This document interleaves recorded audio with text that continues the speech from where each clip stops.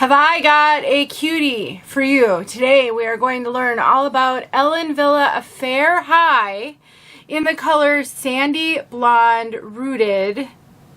She is really, really cute. I'm going to tell you all about her.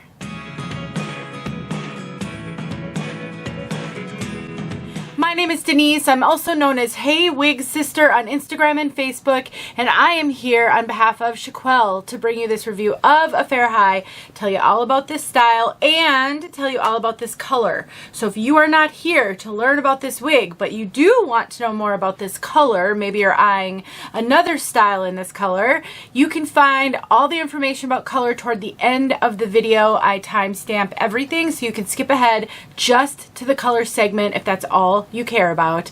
But first, 𝗏ille is an online retailer, but they also have some in-person wig shops. They have a number of them in Canada, one in the US in Kansas City, more to come.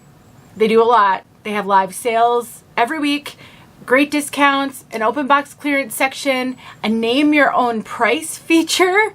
Lots and lots going on over at 𝗏ille, and I'm really, really blessed to be a partner with them and to show you guys so many wigs because they do carry all the major name brands. I will put information in the description box, a link, a coupon code, so you can check everything out. Definitely put them on your list next time you are in the market to purchase a wig. Let's take a look at this one from all sides.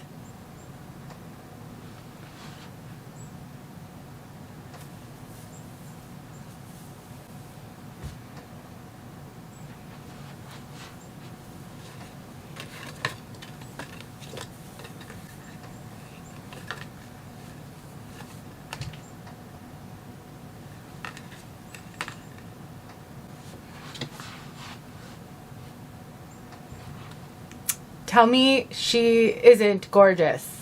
Just a stunningly natural, longer length head of hair.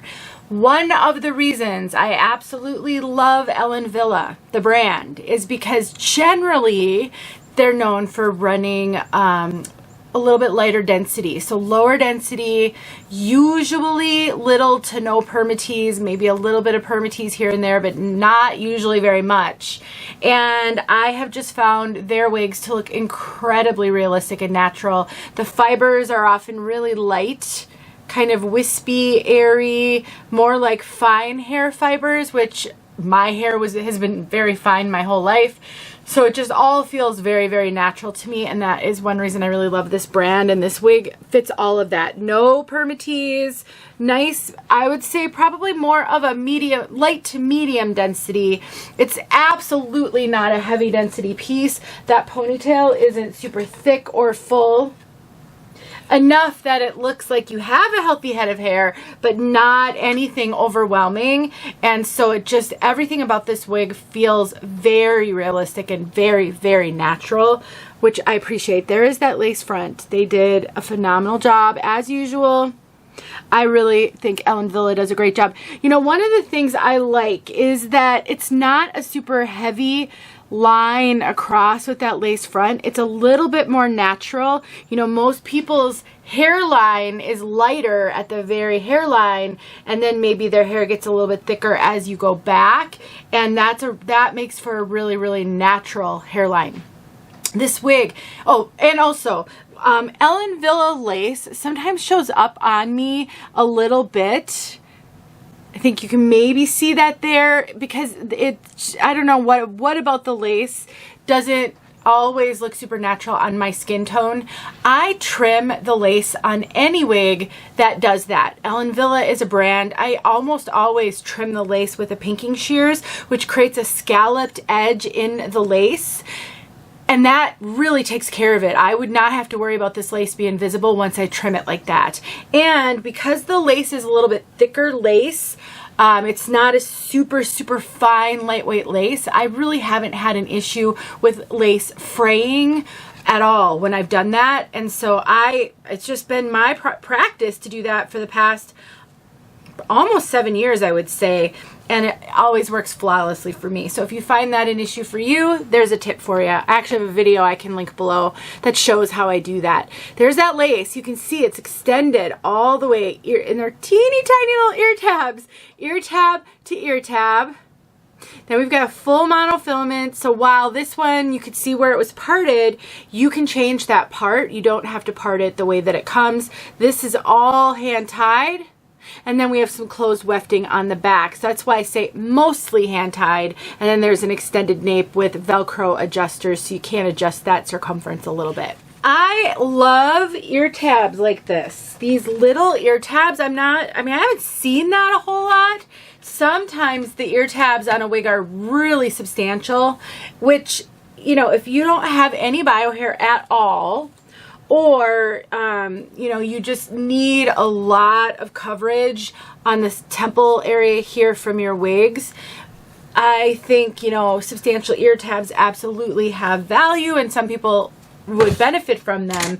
But for me personally, I do have a little bit of bio hair that I can blend with my wigs. Look at how easy she is to put on. I have not dealt with any abnormal or extra tangling on this one. She just combs through beautifully, and I've had no issues. For me, I do have some bio hair here that I can blend with my wigs. I purposely don't buzz that all the way down so that I can do that.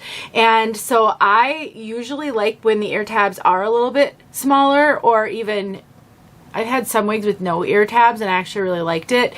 Also, if you wear hearing aids or you wear glasses, sometimes those ear tabs can really get in the way. I actually have a video showing what happens if you were to cut the ear tabs off your wig, which actually works. I will link that as well in the description box below. There's usually some goodies down there, tips videos and things like that, so you try to check out those description boxes of my reviews.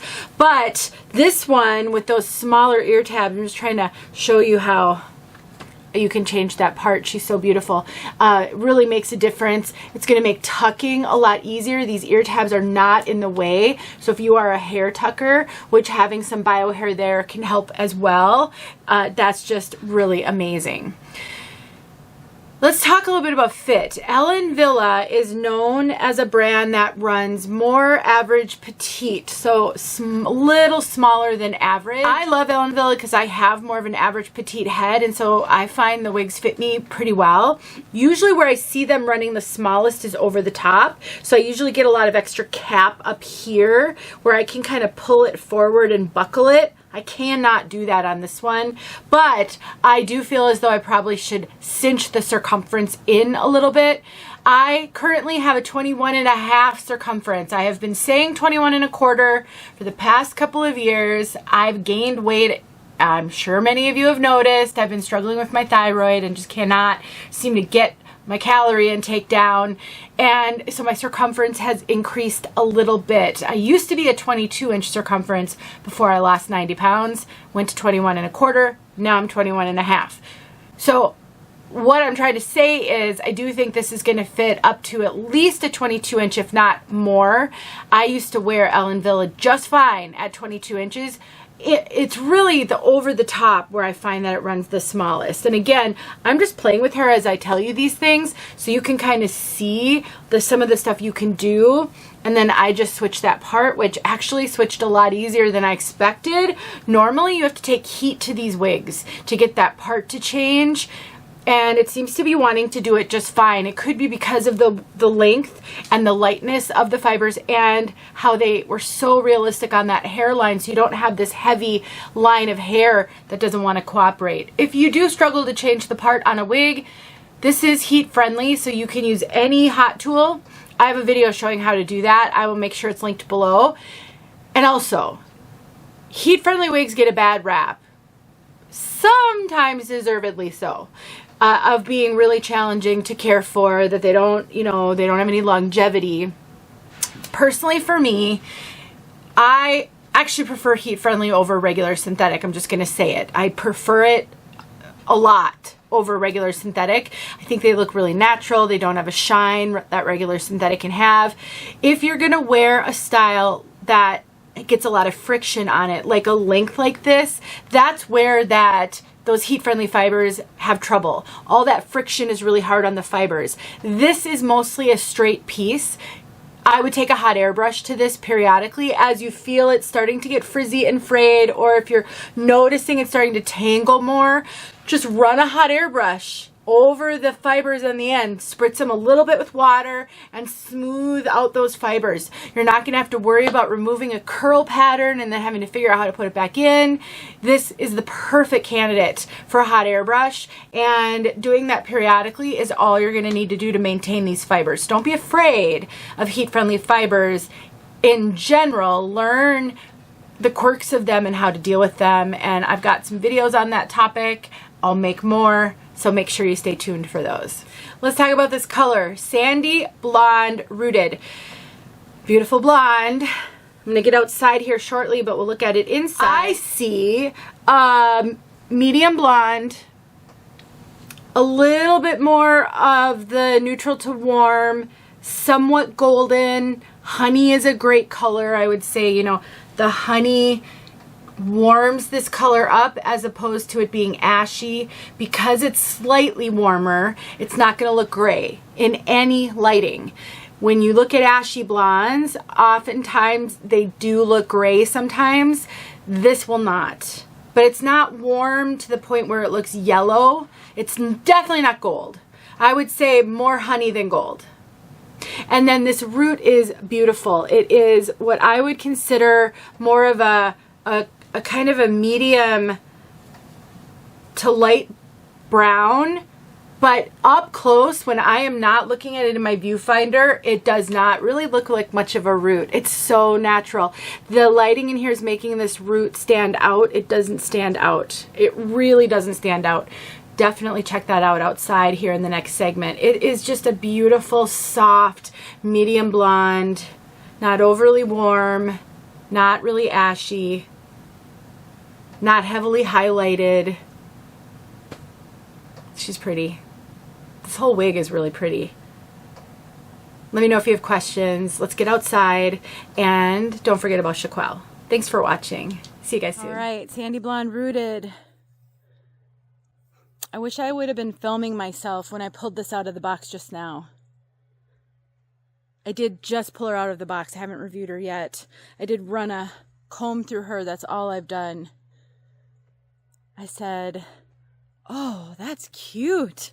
It is. It was kind of unexpected. I didn't really know what to expect.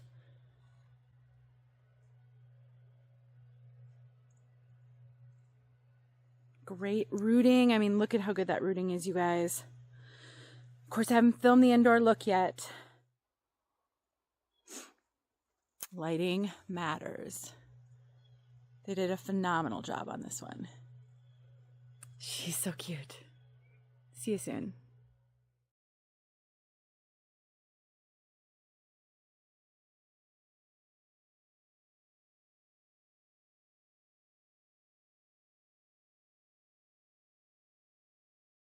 Hey friends, thanks so much for watching. Here are a few videos I think you might enjoy. Go ahead and click on one and watch.